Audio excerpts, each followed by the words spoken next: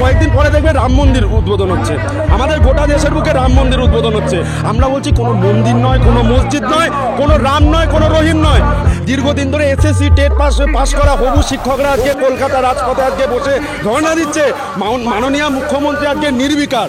আমরা নবান্ন থেকে উৎখাত করে যেভাবে মমতা ব্যানার্জিকে বঙ্গোপসাগরে নিক্ষেপ করার দরকার, আমাদের কমরেডরা তার জন্য লড়াই আন্দোলনে আরও দৃঢ় হবে।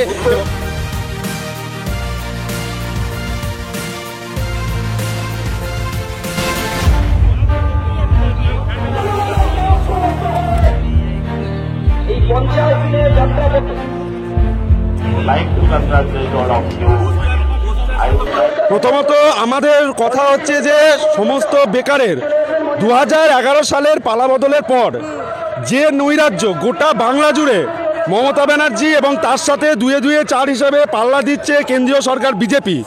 এবং আমরা মানুষের কাছে এবং হচ্ছে নতুন যৌবনের দূত, আমরা বলেছি যৌবনের ডাকে জনগণের ব্রিগেড।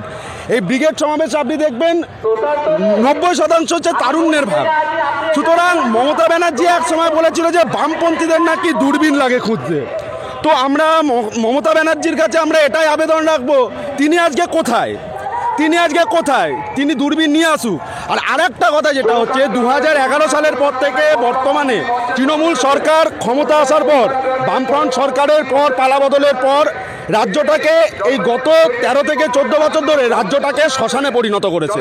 কিছুদিন আগে আমরা শুনছিলাম যে বর্তমানে এক তৃণমূলের নেতা, কোন ব্লকের না কাউন্সিলরের, যাই হোক চোর ছ্যাঁচোর, সবই তো চোর ছ্যাঁচোর আর কি, বর্তমানে তারা কি বলছে যে তারা নাকি শ্মশান উদ্বোধন করেছে।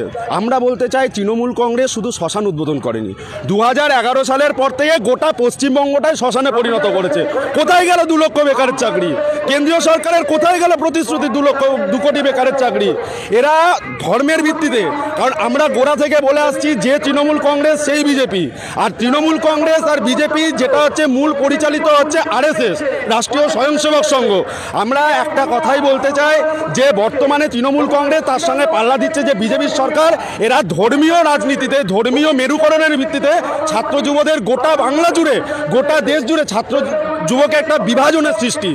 কারণ এরা বলতে চাইছে কয়েকদিন পরে দেখবে রাম মন্দির উদ্বোধন হচ্ছে, আমাদের গোটা দেশের বুকে রাম মন্দির উদ্বোধন হচ্ছে। আপনি দেখবেন গোটা রাজ্য জুড়ে, গোটা দেশ জুড়ে শিল্প নেই, কলকারখানা বন্ধ। আজকে কলকারখানা কোথায় গেল? বামফ্রন্ট সরকারের আমলে যে কটা শিল্প প্রতিষ্ঠান হয়েছিল সেই শিল্প প্রতিষ্ঠানকে ভগ্নপ্রায়। কারণ বর্তমানে তৃণমূল কংগ্রেসের সরকার রাজ্যে এসে গোটা রাজ্যটাকে একটা শ্মশানে পরিণত করেছে, কর্মসংস্থানটাকে। আমরা বলছি কোনো মন্দির নয়, কোনো মসজিদ নয়, কোনো রাম নয়, কোনো রহিম নয়। প্রত্যেকটা বেকার যুবর পড়াশোনা, প্রত্যেকটা ছাত্র শিক্ষা হচ্ছে মৌলিক অধিকার। শিক্ষা এবং শিক্ষান্তে কাজ, শিক্ষার পরে ছাত্র যুবদের হচ্ছে কাজ। আমাদের সেই দাবি নিয়ে মূলত আমাদের যৌবনের ডাকে আমাদের জনগণের ব্রিগেড।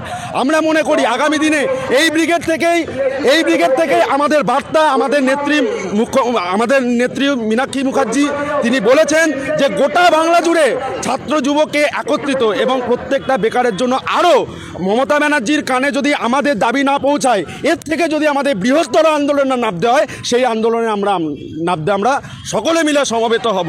আর মমতা ব্যানার্জিকে আর একটা কথা আমরা শুনিয়ে দিতে চাই, আমাদের ভগৎ সিং, যাদের উত্তরসূরি আমরা, যে ভগৎ সিং, সেই ভগৎ সিং বলেছে বধিরের কানে আওয়াজ পৌঁছানোর জন্য ধামাকার প্রয়োজন। আর মমতা ব্যানার্জিকে আমরাও বলতে চাই যে মমতা ব্যানার্জি যদি আমাদের ছাত্র যুব বেকার, আমাদের যে বুকের যন্ত্রণা, দীর্ঘদিন ধরে এসএসসি টেট পাস করা হবু শিক্ষকরা আজকে কলকাতা রাজপথে আজকে বসে ধর্ণা দিচ্ছে, মাননীয় মুখ্যমন্ত্রী আজকে নির্বিকার।